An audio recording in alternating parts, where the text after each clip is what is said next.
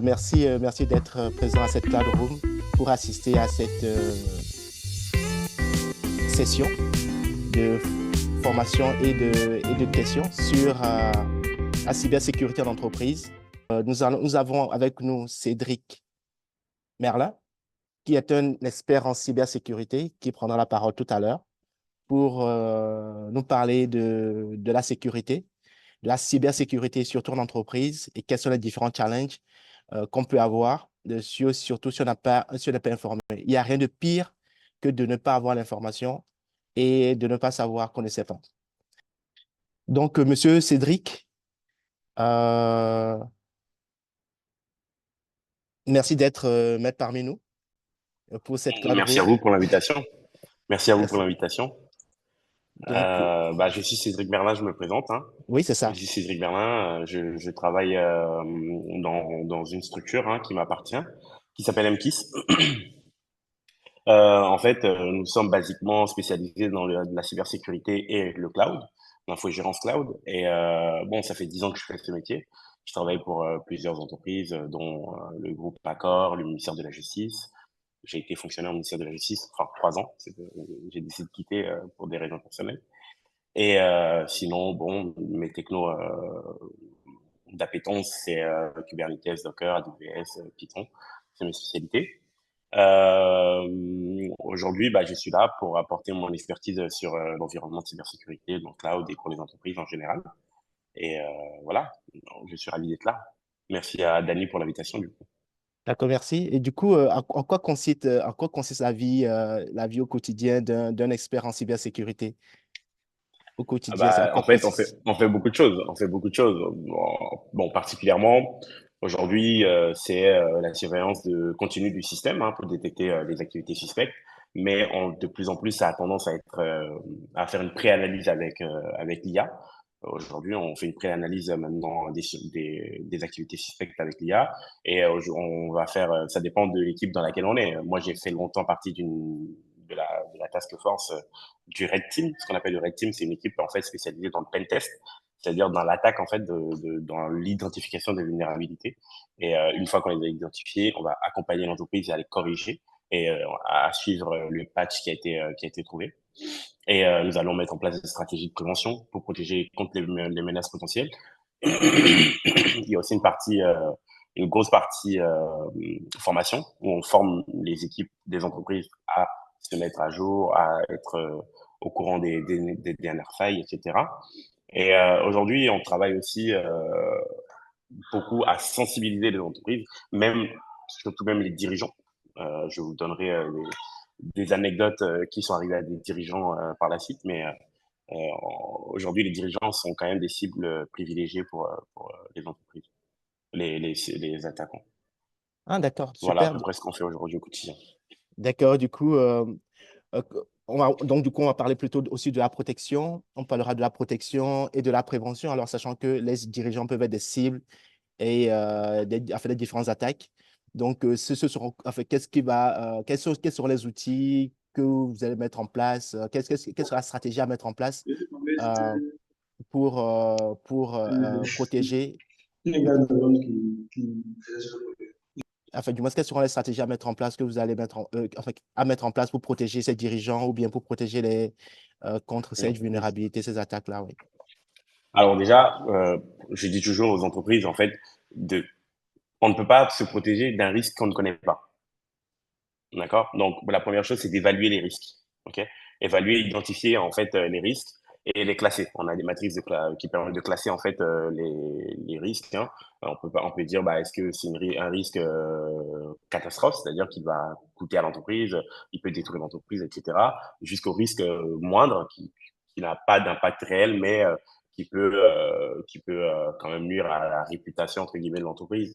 Ça peut être, par exemple, l'identification d'une version de Nginx ou une version Apache qui soit trouée, par exemple, ou un SSH qui est trouvé. Nous allons aussi mettre en place des politiques de sécurité. Une fois qu'on a identifié et évalué le risque, on va mettre en place des politiques de sécurité. En fait, on va établir la politique de manière très claire et précise et on va pousser l'entreprise à la faire respecter. Et c'est pour ça qu'on travaille toujours main dans la main avec les dirigeants parce qu'il n'y a que les dirigeants qui peuvent imposer cette vision en fait technologique.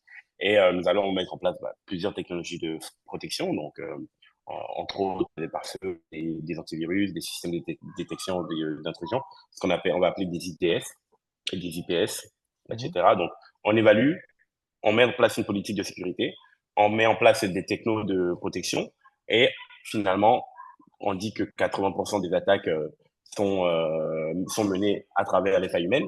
Et là, on va former et sensibiliser les employés aux menaces de cybersécurité.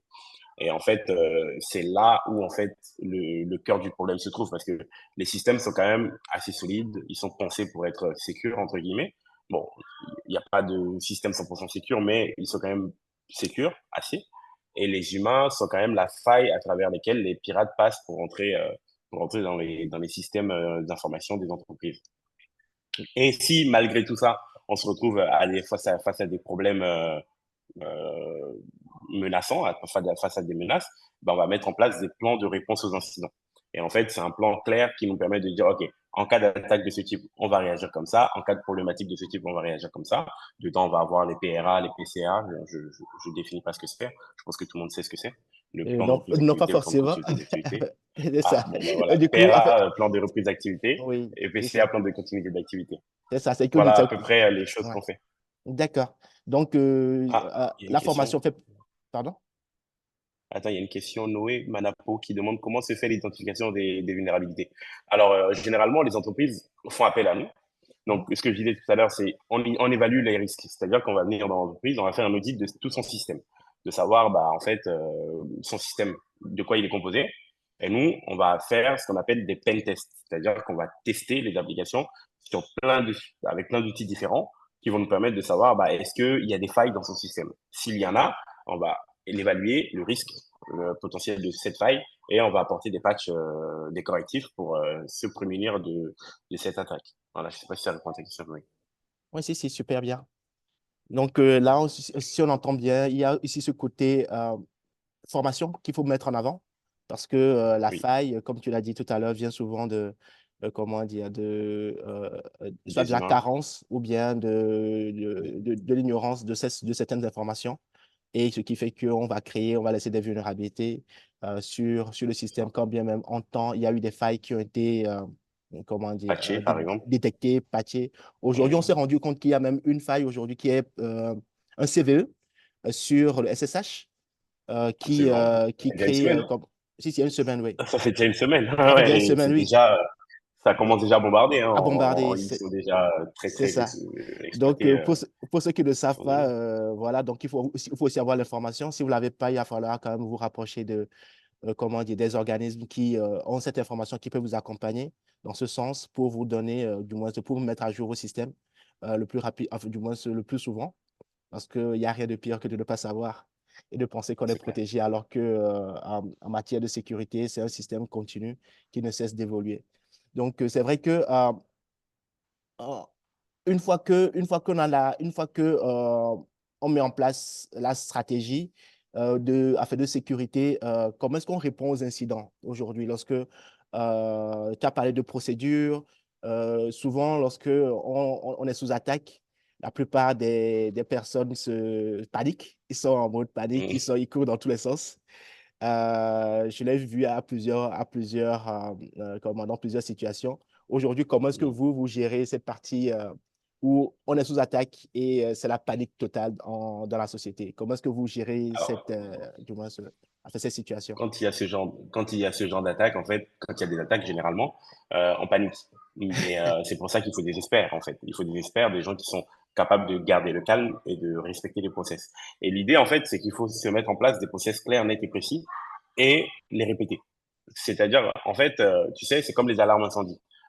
Les alarmes incendie, c'est pas le jour de l'incendie où on se rend compte, bah, l'alarme incendie ne fonctionne pas. Non, il y a des tests réguliers, on les essaie, etc., pour être sûr que il n'y a pas de souci. Et c'est exactement la même chose en cybersécurité. C'est-à-dire que on va avoir des simulations d'attaque, hein, des vraies simulations d'attaque en interne pour tester nos process. Mais c'est quoi ces process? Donc, il faut mettre en place des process vraiment clairs. Et ça va passer à travers quoi? Des sauvegardes régulières. Je donne des exemples comme ça. Hein.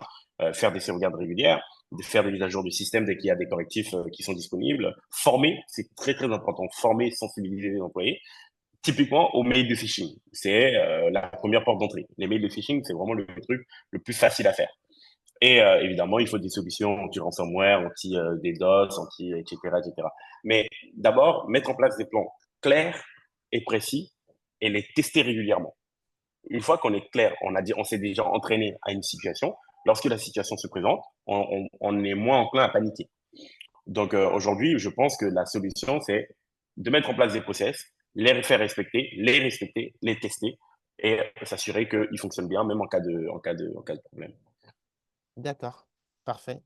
Donc, mettre en place des process et puis les tester, s'assurer que les process sont respectés et c'est pas le jour De de l'incident, l'incident qu'on se met à essayer de trouver du moins des c'est ça. solutions parce qu'on aurait déjà pratiqué, on se serait déjà formé, on aurait fait ce qu'on appelle des drills pour entraîner l'équipe à réagir en cas de menace. Maintenant, Mm. il y a de plus en plus de ransomware qui apparaissent. Des gens sont victimes de mails frauduleux. Tu as parlé de phishing. Est-ce que c'est les seules attaques aujourd'hui qui menacent les entreprises? Parce que souvent, les entreprises se disent, OK, ce que je vais faire, je vais me couper d'Internet. Je vais me mettre, je vais isoler mon système et je suis protégé. Est-ce qu'aujourd'hui, on peut encore parler de la sécurité par l'obscurité, comme on le dit souvent? Non, parce qu'un ransomware qui est dans ton réseau, je sais pas si vous m'entendez Oui, toujours si, bien? si, si, Ouais. enfin, bien sûr, t'entends. Oui. Ok. Euh, le ransomware, typiquement, le ransomware, maintenant, les ransomware 3.0, ils rentrent dans ton réseau, ils chiffrent toutes tes données. Tu coupes ou pas ton réseau d'Internet, on s'en fout. Il va quand même chiffrer tes données.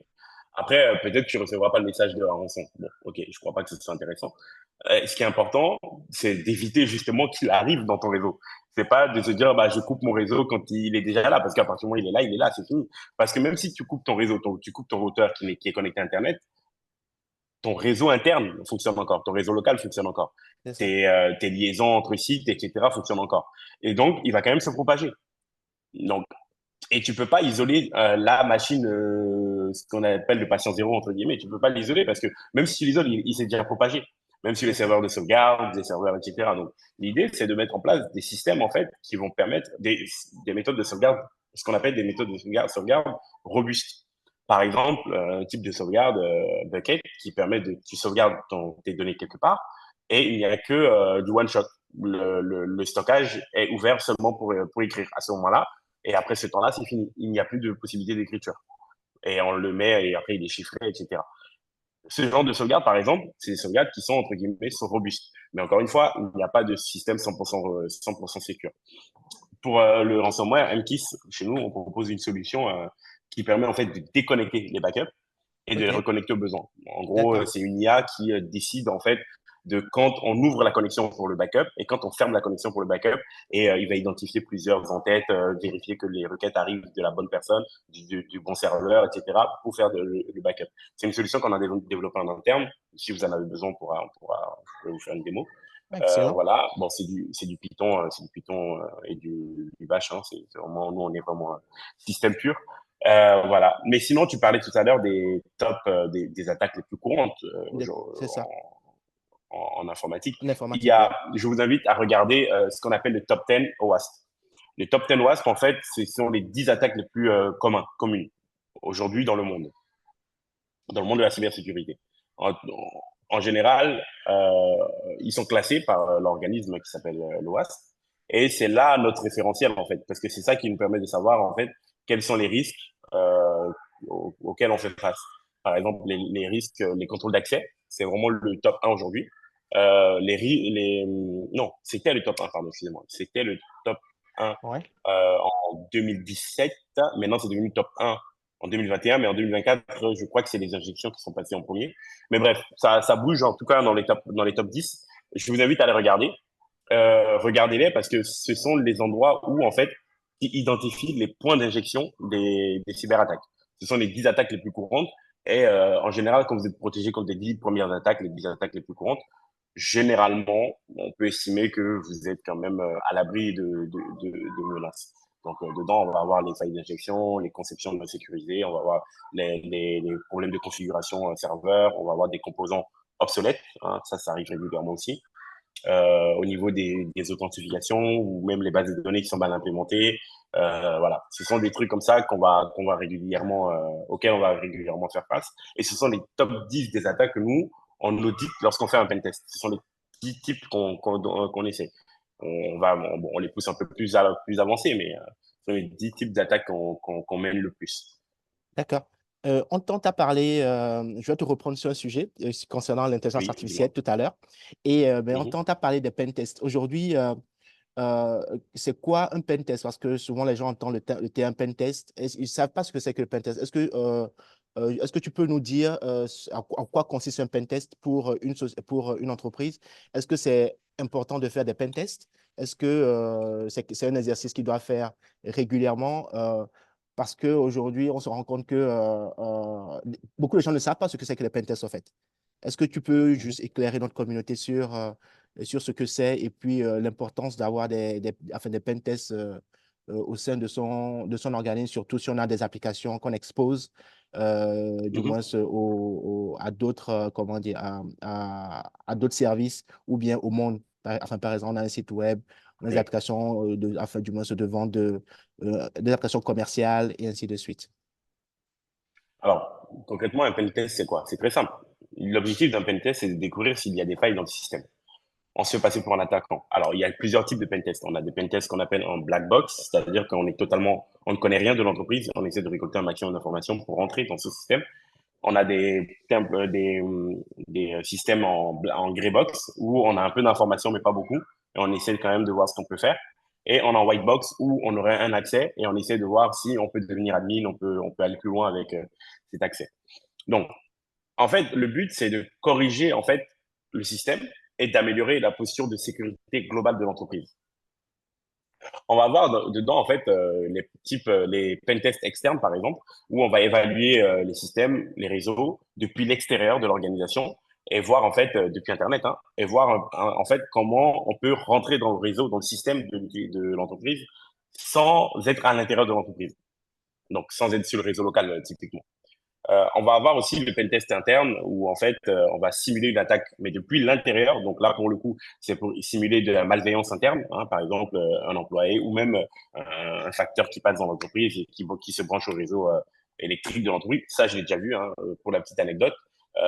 J'ai vu dans un facteur entre guillemets, c'était pas un facteur, c'était un pirate qui se faisait passer pour un facteur, qui est rentré dans l'entreprise, qui s'est uniquement branché au réseau électrique de l'entreprise, au réseau électrique, hein, pas de réseau informatique, au réseau électrique de l'entreprise. Il a branché deux pinces Croco à son ordinateur et il a réussi à monitorer les activités réseau de l'entreprise avec un système qui fonctionne comme les CPL, hein, donc qui voit en fait les paquets électriques qui passent et il les interprète avec un logiciel pour avoir la liste des paquets. Et c'est incroyable ce qu'il arrive à faire en n'étant pas connecté au réseau interne. C'est ce qui est juste incroyable. Et après, on va avoir les pentests d'application, évidemment, pour une entreprise qui a une application en ligne ou une application web ou mobile, et qui va permettre d'identifier les failles de sécurité qui sont dans ces applications-là. Et on va avoir les pentests physiques.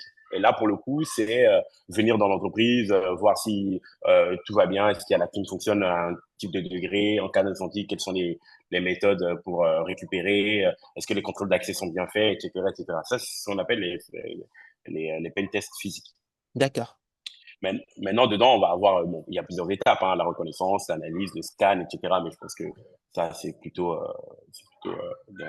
avez D'accord. besoin de formation, ben, on en reparlera plus tard. Donc, merci, c'est super clair. Maintenant, c'est vrai que maintenant, à l'ère de l'IA, il y a eu un grand changement. Moi, je dirais même que c'est la cinquième révolution aujourd'hui.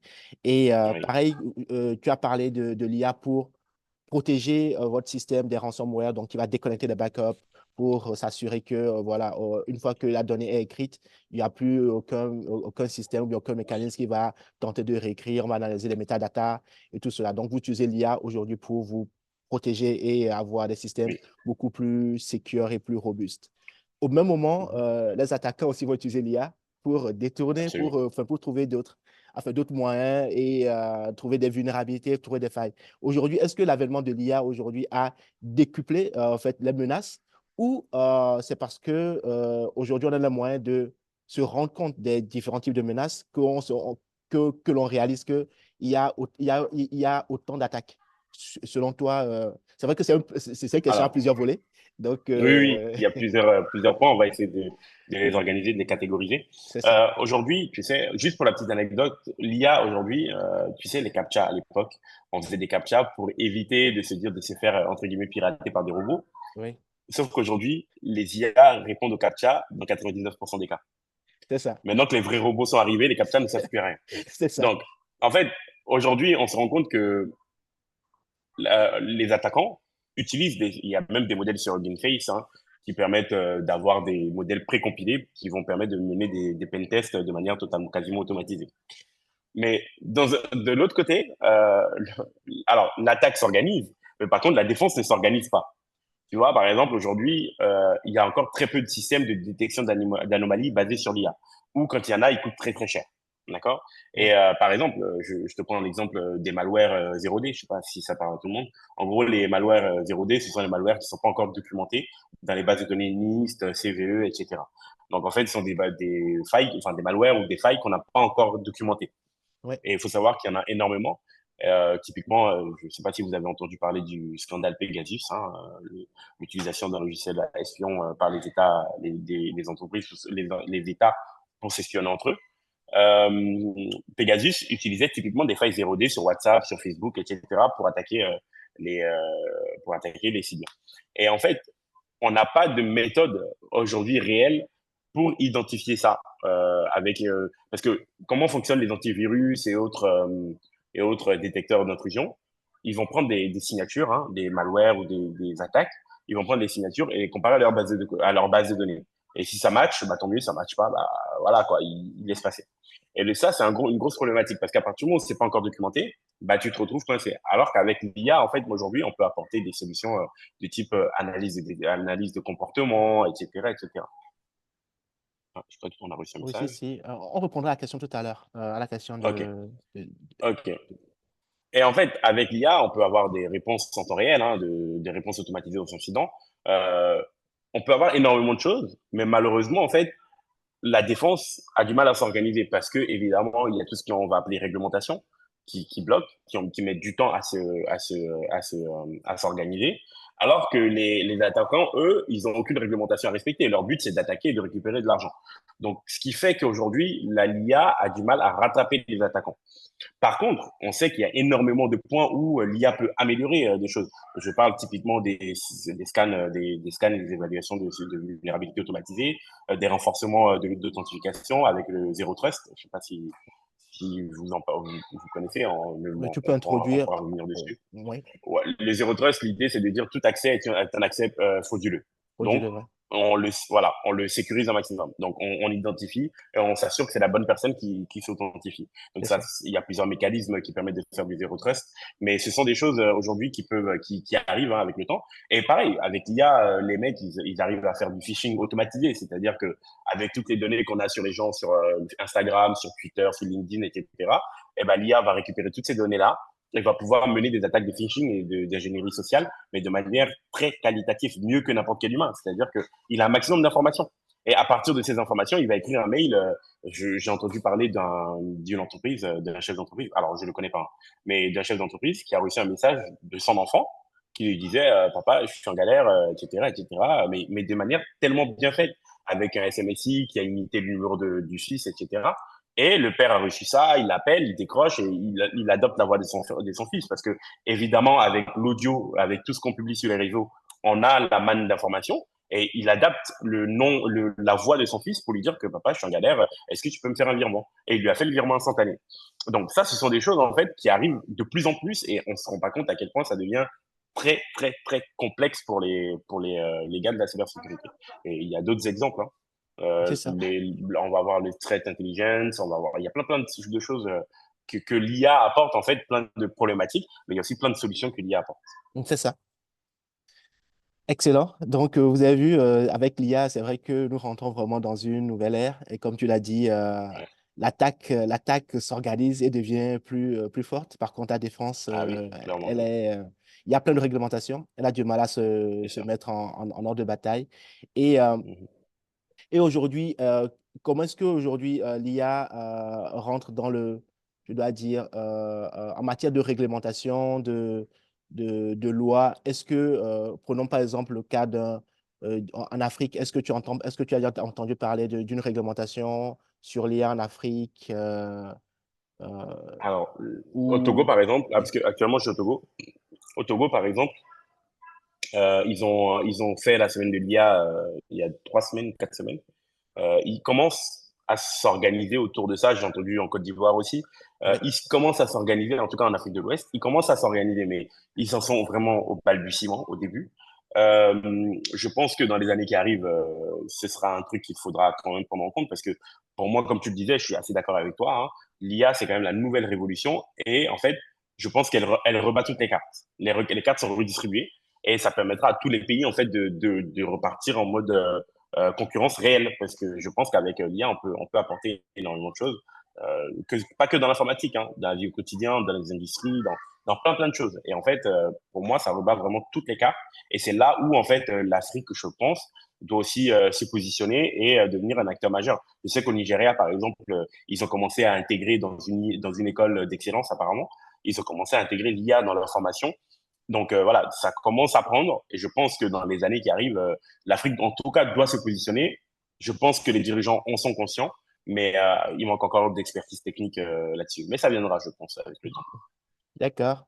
Donc, alors, c'est quoi pour toi les conseils pratiques qu'on doit avoir en entreprise en vue de tout ce que tu nous as donné comme information? Est-ce que ça fait peur au fait déjà? Parce que je me dis, est-ce que ça fait peur? On se dit, oula, c'est trop compliqué, on va parler d'IA, on va parler de cybersécurité, c'est des termes encore inconnus, on n'a pas toute l'information nécessaire.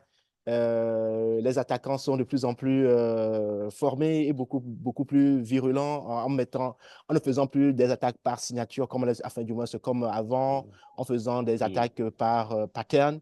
Donc, une information enfin, prise isolément, ça ne veut rien dire, mais combiner ça, ça veut dire on peut détecter du moins une menace. Maintenant, est-ce que dans tout cet écosystème-là, est-ce que c'est quoi, enfin, qu'est-ce qu'on fait? Qu'est-ce qu'on fait aujourd'hui en Afrique? Qu'est-ce qu'on fait aujourd'hui en Alors, entreprise? C'est quoi, enfin, en c'est quoi la entreprise, stratégie? C'est quoi la stratégie aujourd'hui, enfin, selon toi? aujourd'hui, en entreprise, moi, je conseille toujours d'isoler. C'est-à-dire, en fait, je m'explique. Il y a plusieurs choses, hein. Si tu me demandes, la sécurité s'adresse aux techniciens, d'accord, de l'entreprise, mais Ouais. pas que. Ça s'adresse aussi à n'importe qui dans l'entreprise. C'est-à-dire que n'importe qui doit se dire que chaque mail qu'il reçoit est potentiellement un mail frauduleux. Donc, je dois le contrôler. Qu'est-ce que c'est? Je dois le contrôler. Je vérifie, ne serait-ce que l'email, la source du mail. Quelle est l'adresse du mail? C'est la première chose déjà basique à faire. Quelle est la source du mail? C'est qui l'expéditeur de l'email? Hier soir, j'ai reçu un mail du roi Merlin, non, de Eurodreams, qui me disait vous avez gagné à l'euro million. Je dis waouh, trop bien. Et l'entête, pareil et tout. Donc j'ouvre le mail basique. J'ouvre le mail, je vois que l'entête c'est @mxm, je sais pas quoi, je sais pas quoi. Du coup, qu'est-ce que je fais? Je fais comme tout informaticien, je prends le nom de domaine, je l'examine, donc je l'analyse et je vois l'IP, il est à Singapour. Qu'est-ce que je fais? J'essaie d'aller plus loin. Donc je le ping, j'ai une IP, je fais un scan sur Shodan et je vois qu'en fait, ils ont des failles. Et je me dis, en fait, d'où la faille SSH d'ailleurs. Et là, moi, je me connecte au SSH avec cette faille qui est assez connue maintenant. SSH Et je regression? me connecte, Ouais. voilà, et je me connecte et je laisse un script dessus qui permet d'avoir les IP de chaque personne qui est connectée au serveur. Et aujourd'hui, j'ai la liste des gens, la liste des IP, et je peux les retrouver facilement et leur savoir, bah, les signaler à la CNIL, etc., etc., tu vois. Mais il y a plein, plein de possibilités de faire après. Après, si tu es malveillant, tu peux les attaquer en retour. Enfin, il y a plein de solutions. Mais ce qui est important, c'est vraiment, pour revenir sur notre sujet, c'est de toujours regarder au moins l'entête du mail. Parce que le phishing, c'est le premier point d'attaque. Donc, le phishing, c'est vraiment le premier point. Donc, regardez l'entête des mails. Et pour les informaticiens, c'est toujours chiffrer toutes les données, peu importe les données. C'est-à-dire les données qui transitent sur le réseau, les données qui transitent en interne, les données qui transitent en externe. Toujours chiffrer les données. Parce qu'à partir du moment où les données sont chiffrées, même s'ils sont interceptés, si on n'a pas la clé de déchiffrement, on ne pourra pas les lire. Ça, c'est très, très important. Toujours chiffrer les données. Après, évidemment, bien gérer les contrôles d'accès, hein, ça c'est la base. Hein. Un utilisateur lambda ne doit pas avoir accès à admin, la compta ne doit pas avoir accès au dossier du marketing, etc., etc. Donc, bien scinder les contrôles d'accès. et toujours de la surveillance continue. Et ça, je comprends que toutes les entreprises ne sont pas capables de faire de la surveillance continue. Et c'est pour ça aussi que MKIS est là. C'est pour apporter justement ces outils de surveillance en surveillance continue. Et dans tout, et dernier conseil que je pourrais donner, c'est d'avoir une vraie politique de gestion de mots de passe, c'est-à-dire des mots de passe qui sont renouvelés régulièrement, avec assez de caractères, avec des chiffres, avec des lettres, qui ne se rappellent pas la date de naissance, qui n'ont aucun rapport avec soi, et évidemment avec un gestionnaire de mots de passe. Voilà, vraiment des mots de passe robustes et renouvelés régulièrement, et non réutilisés. Voilà, aujourd'hui, si je devais donner des conseils, je pense que c'est assez complet là ce que je viens de dire, mais si vous devez retenir qu'un truc, l'entête des mails est toujours chiffrer les données. Voilà. Au moins, Ouais, on est tranquille avec ça. excellent. En plus, c'est vrai que lorsqu'on reçoit des messages comme quoi vous avez gagné à l'euro million, si vous n'avez jamais joué au loto, ça ne sert à rien de cliquer sur le mail, au fait. Donc, c'est sûr que vous C'est savez que facile, oui. c'est Mais quand vous avez déjà joué comme moi, j'ai bien joué de temps en temps. Et en plus, comme par hasard, ça tombait bien. La veille, je venais de jouer.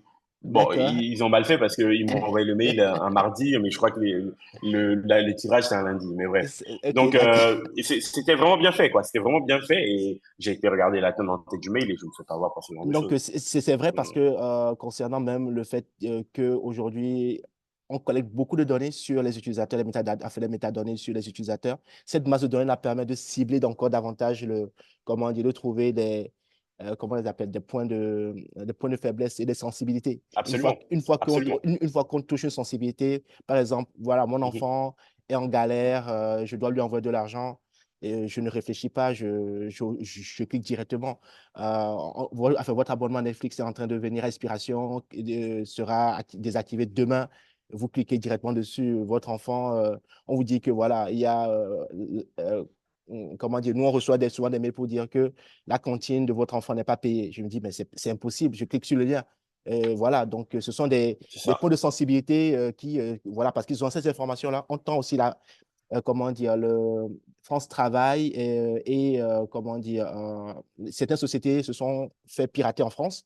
Donc, Oui, mais toutes les sociétés se font pirater en permanence. Toutes voilà, les sociétés se font pirater. Donc, plusieurs sociétés ont. aujourd'hui, Ouais, vas-y. ce matin, j'ai reçu un mail parce que on a des systèmes qui surveillent les dark web en permanence et nous, on a reçu récemment une base de données qui vient de leaker d'une banque qui est sortie, D'accord. dont je ne citerai pas le nom. C'est Et très grave.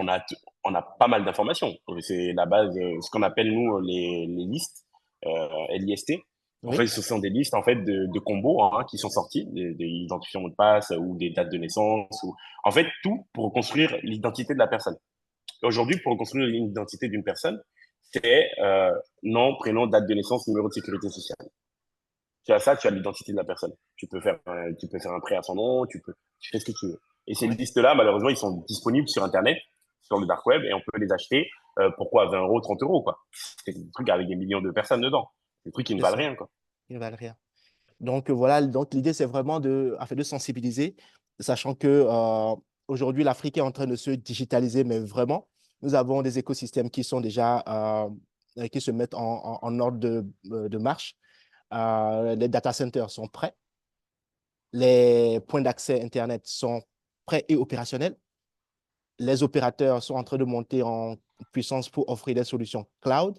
Les entreprises sont en train aussi de monter en puissance pour avoir beaucoup plus de visibilité. Avant, on pouvait dire qu'on était épargné, mais quand même, je reste un peu mitigé sur comment dire, cette approche parce qu'on se faisait attaquer, mais sauf qu'on ne le savait pas. Voilà, On c'est était même ça. des sources C'est en fait, pas... d'attaque parce que c'est ça. parce qu'on n'avait pas cette information. Nos systèmes étaient des bots qui envoyaient, spammaient, qui étaient des mails enfin, du moins, ceux qui, enfin, qui étaient blacklistés enfin, du moins, dans plusieurs pays. L'idée aujourd'hui, c'est que l'écosystème en Afrique est en train de se digitaliser, mais nous sommes en train vraiment de rentrer dans une ère où on sera encore plus exposé. Donc, la sécurité restera toujours du moins, de nos activités et des prochains développements. On peut plus aujourd'hui concevoir des systèmes d'information sans penser vraiment la sécurité, la cybersécurité, parce que c'est un écosystème aujourd'hui qui reste toujours encore un peu négligé, alors qu'il ne faut pas. Il y a des mécanismes, il y a des organismes, voilà, du moins, comme ta société, qui vont venir en appoint pour aider les sociétés à renforcer leur sécurité. Vous pouvez vous rapprocher des organismes de cybersécurité aussi qui sont nationaux pour vous aider aussi à mettre en place un certain nombre de mécanismes. Mais l'idée, c'est de ne pas y aller tout seul, surtout si vous n'avez pas les compétences. Et c'est rare. Et on ne peut pas tous devenir des experts en cybersécurité d'une société, surtout si votre société n'a pas une vocation à être un CERT ou bien à être dans le monde de l'IT. L'idée, c'est vraiment de vous faire accompagner et d'avoir les bonnes pratiques pour que vos systèmes soient comment dire, le moins exposés et qu'on vous donne des astuces et qu'on vous accompagne sur ce genre de mécanisme. En tout cas, merci beaucoup Cédric pour l'échange. Nous avons vraiment apprécié. En tout cas, moi, je me suis régalé. Ça fait plaisir de voir autant de compétences, surtout au Togo et surtout, voilà, avec une qualité les explications sont super claires. Et maintenant, je laisse la communauté poser ses questions ces interrogations à Cédric, notre expert enfin, qui est avec nous, qui sera ravi de répondre à vos questions. N'hésitez pas, vous pouvez ouvrir le micro et puis le floor, comme on le dit, le micro est à vous.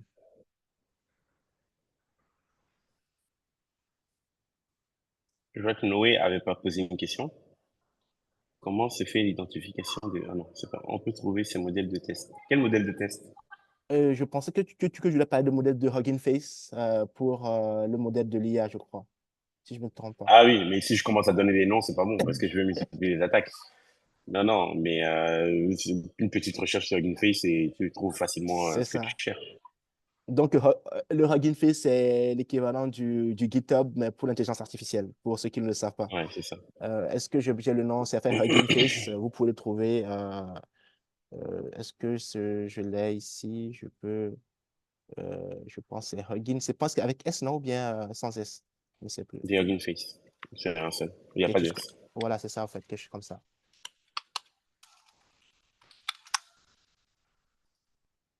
Donc, l'idée, c'est pas de devenir des attaquants, comme, comme l'a dit Cédric. Voilà, c'est ça, Hugging Face.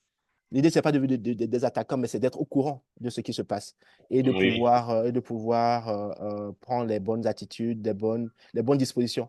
Sachant que les systèmes, comme Cédric l'a dit, ont été conçus avec un niveau de sécurité. Maintenant, ce qui crée la vulnérabilité, c'est soit on n'a pas l'humain qui n'a pas fait la mise à jour, ou soit on n'a pas eu le temps de le faire, ou bien on a fait une mauvaise configuration pour permettre une certaine communication, ou bien une certaine mise en service qui, du coup, en faisant, on ouvre d'autres ports ou bien on crée des vulnérabilités. Donc, c'est ça qui crée vraiment les failles. Et ça, si vous ne le savez pas, c'est que vous ne le savez pas. Il faut avoir ce retour d'expérience-là. Et ça, et l'idée, c'est vraiment de travailler avec des experts pour ne pas faire des erreurs que vous pouvez éviter. Donc, gagner du temps et surtout éviter de perdre de l'argent. Parce que dans certaines sociétés, une faille de ce genre peut être critique oh, et très, très critique. voilà, et peut amener la société à fermer. Imaginez une banque qui perd les données, les cartes bancaires de ses clients. Vous imaginez le dégât. Donc, euh, c'est important d'avoir ce genre de protection et faire souvent des pen tests.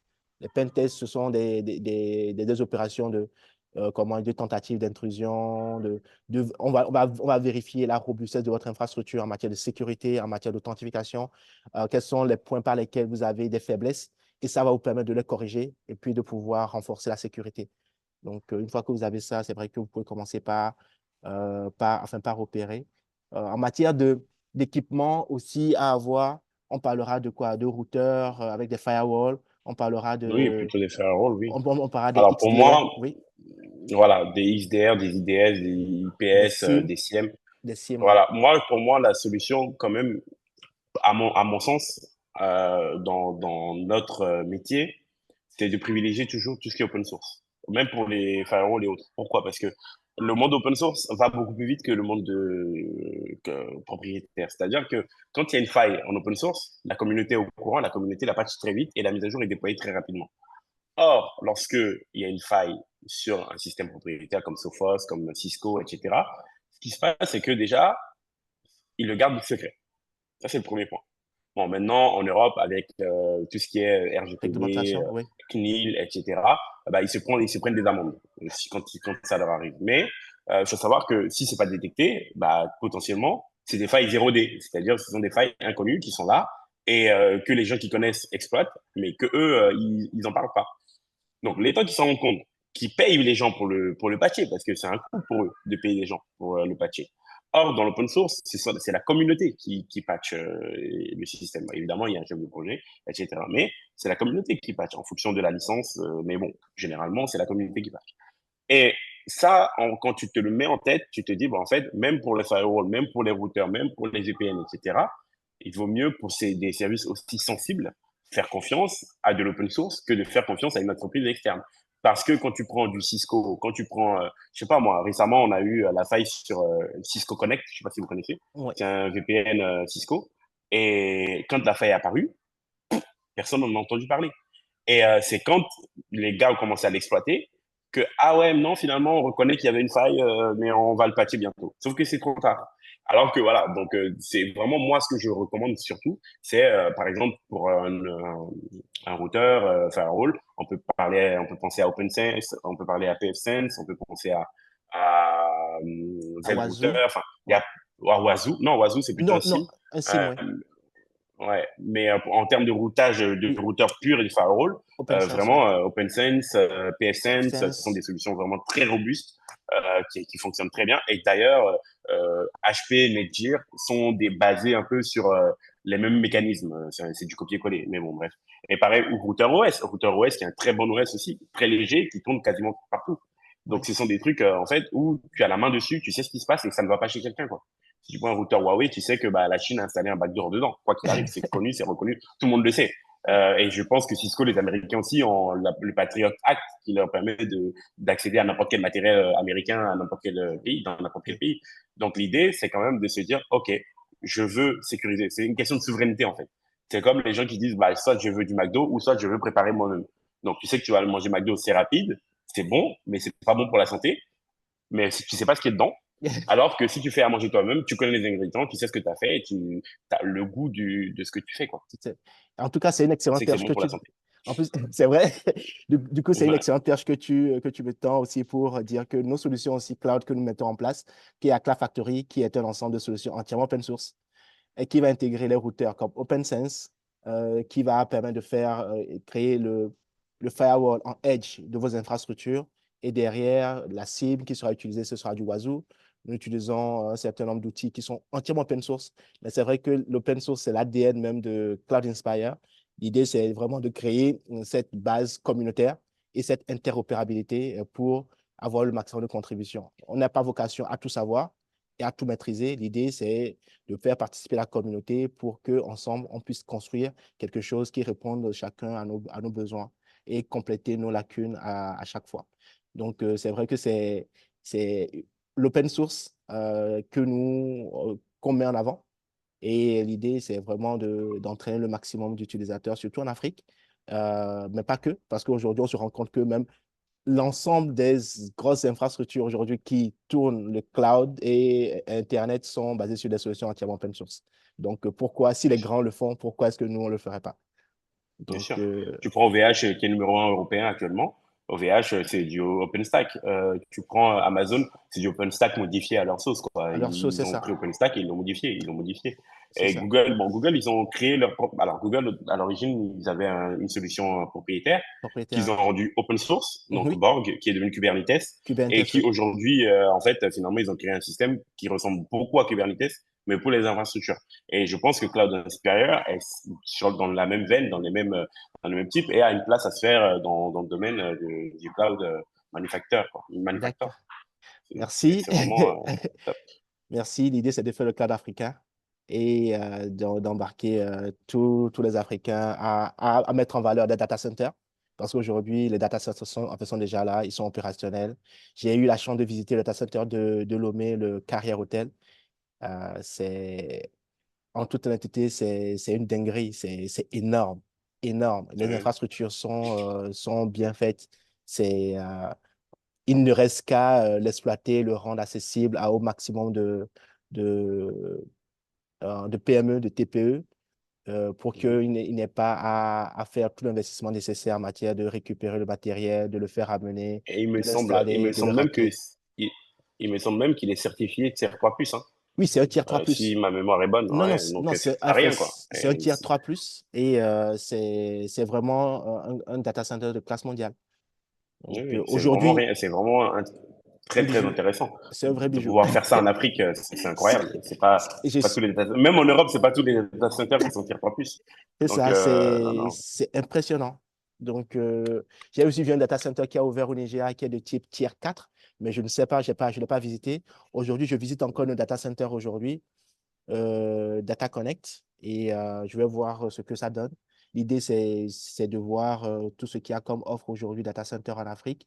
Et puis, si nous, on peut aider aussi à construire des infrastructures cloud en utilisant nos solutions qui sont entièrement open source, vraiment entièrement open source. Tout ce que nous apportons, c'est notre expertise pour les aider à construire des solutions robustes en utilisant, en mettant aussi ce côté qui nous manque tant, c'est le côté sécuritaire et le côté résilience des données. Une fois qu'on va regagner la confiance des utilisateurs, je pense que comment dire, le shift se fera comment dire, en toute tranquillité et tout naturellement. Donc, absolument. Et merci beaucoup. Oui, vas-y, vas-y. je voudrais juste rajouter un truc sur Cloud Inspire, c'est que qui dit open source dit interconnectivité. Aujourd'hui, c'est une grosse problématique de s'interconnecter. Tu prends un routeur Cisco, tu peux pas l'interconnecter avec un routeur HP. Tu es obligé d'acheter un routeur Cisco. Tu prends, bon, OpenStack, c'est open source, donc tu peux l'interconnecter à d'autres systèmes open source. Alors que Cloud Inspire, étant donné que c'est une technologie open source, l'interconnectivité avec d'autres systèmes, ils vont parler en XML, ils vont parler en YAML, ils vont parler vraiment dans un langage connu, reconnu pour leur robustesse et pour leur interconnectivité. Ce qui fait Exact. qu'en fait, même si vous êtes déjà sur une solution interne, vous allez pouvoir partir sur les mêmes bases, les mêmes classifications, les mêmes langages, etc. Et vous allez pouvoir communiquer de manière très facile et très efficace. Et ça, Excellent. c'est vraiment la puissance de Cloud Inspire, quoi. Ah, merci. Merci. C'est vraiment ce que nous mettons aussi en avant. Multiplateforme, multi-cloud. Donc, aujourd'hui, on se met à côté de votre infrastructure, on la gère comme un cloud. Euh, En tout cas, merci beaucoup. Merci beaucoup, Cédric, pour enfin, ces échanges. J'espère que l'échange vous a plu. Enfin, c'est une première. Nous allons la réitérer assez souvent avec des experts pour remplacer un tout petit peu le modèle que nous proposons, histoire d'avoir plus d'acteurs qui vont impacter notre écosystème en matière de sécurité, en matière de souveraineté, en matière d'expertise sur différents secteurs qui aujourd'hui seront vraiment de plus en plus mis en avant. Parce qu'aujourd'hui, on ne peut plus faire le cloud sans parler de l'aspect sécuritaire. Aujourd'hui, la sécurité reste au cœur de tout ce que nous devons faire. Et comme on le dit, c'est comme l'âge, ça ne fait que s'empiler. Il faut savoir comment, du moins, enfin, s'y préparer. En tout cas, merci beaucoup. Merci à vous. S'il n'y a pas d'autres Merci à questions, toi. je pense que nous allons. Je pense. Ah, on a une question peut-être. Ouais. Ok. Alors bonjour, bonjour, bonjour. Bonjour Cédric. Bonjour. Bonjour, Stanislas. Oui, en fait, je suis arrivé un peu en retard et j'ai vu l'heure, mais je me suis. J'ai mal calculé, donc je me suis figé. Je suis arrivé en retard. Bon, Non, c'est pas c'est vrai, grave. quand je venais déjà, oui, la présentation était déjà faite, donc je ne sais pas si. Je voulais savoir si MKIS fait des formations spécifiques en cybersécurité. Ça, c'est Absolument, un. on en fait, oui. Et puis, le deux, quel est le partenariat entre Cloud Factory et MKIS? Y a-t-il un partenariat ou bon, On est frères de cœur, MKI, c'est le Cloud Factory. On est frères de cœur, donc on s'était rencontrés à Vivatech et ça avait matché entre nous et je pense on peut faire pas mal de choses. Moi, je C'est suis ça. prêt à investir en termes de mes compétences techniques sur Cloud Factory, donc en- il y a un partenariat, oui. Et pour répondre à la question sur la formation, oui, absolument. On fait des formations, mais on va en organiser une session là en août sur le Lomé. Alors, il faut savoir que MKI, c'est Togo, France et Bénin. On est dans 3 pays différents. Donc, on en fait régulièrement. Là, on va faire une formation de 5 jours sur les pentests, donc sur la manière de mener des pentests. Alors, je sais que cette formation, elle n'est pas donnée, mais vous allez apprendre beaucoup dans cette formation. Ça. ok, d'accord, merci. En tout cas, vraiment, je suis très ravi parce que déjà, la Cloud Factory, déjà, avec la présentation, ça me va droit au cœur.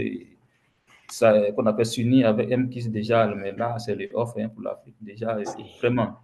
Donc, je souhaiterais que vraiment ce lien-là, ou bien soit vraiment pour que en Afrique ici, on puisse avoir un référent. On a déjà un Merci. référent a priori déjà, voilà. Donc, C'est Dans ça. quelques bon, années, Si, si. on prendra tous les marchés du Togo, d'Afrique, généralement.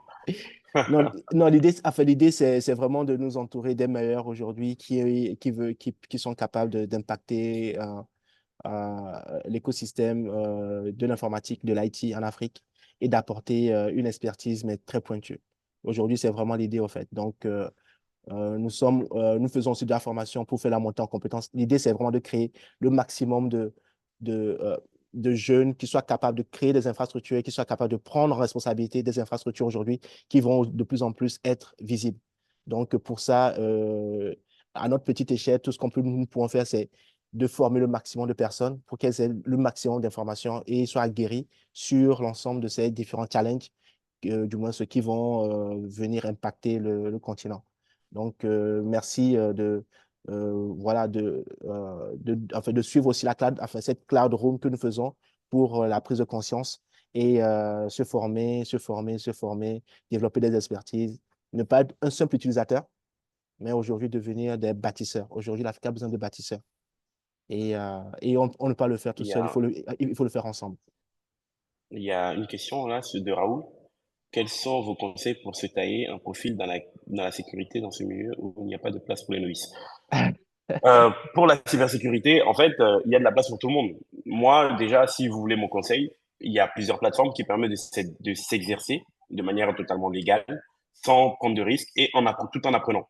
Donc, évidemment, il y a la première plateforme que tout le monde connaît, c'est TryHackMe. Je vous envoie un lien.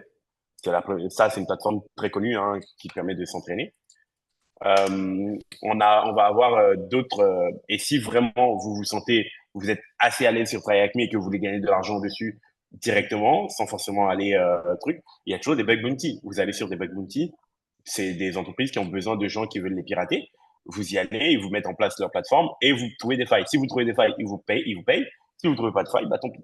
Et ça permet aussi de s'améliorer vachement et de se tester vraiment en concurrence avec le monde réel et pas juste rester parce que là pour le coup c'est pas des failles de type ouais des DOS des scripts etc. Non, il va falloir analyser précisément et trouver une faille précise et donner la méthode de patch. Et une fois que vous avez fait ça, dans notre entreprise on a déjà eu un gars qui a gagné 15 000 euros sur une faille par exemple, ou d'autres bon en général ça tourne entre 3 à 5 000 euros ce qu'on fait, mais c'est une source de revenus supplémentaire pour l'entreprise. Clairement, on met des ressources dessus qui se concentrent que sur ça, quoi. Excellent, Et excellent, excellent. la question de Noé, on a une question. Peut-on La avoir question un de Noé, lien? le lien de la formation. Alors, c'est pas encore totalement finalisé, mais c'est en cours. C'est en cours. Je pense que quand vous êtes à Lomé, hein, Noé, quand on va commencer, on va bientôt communiquer dessus.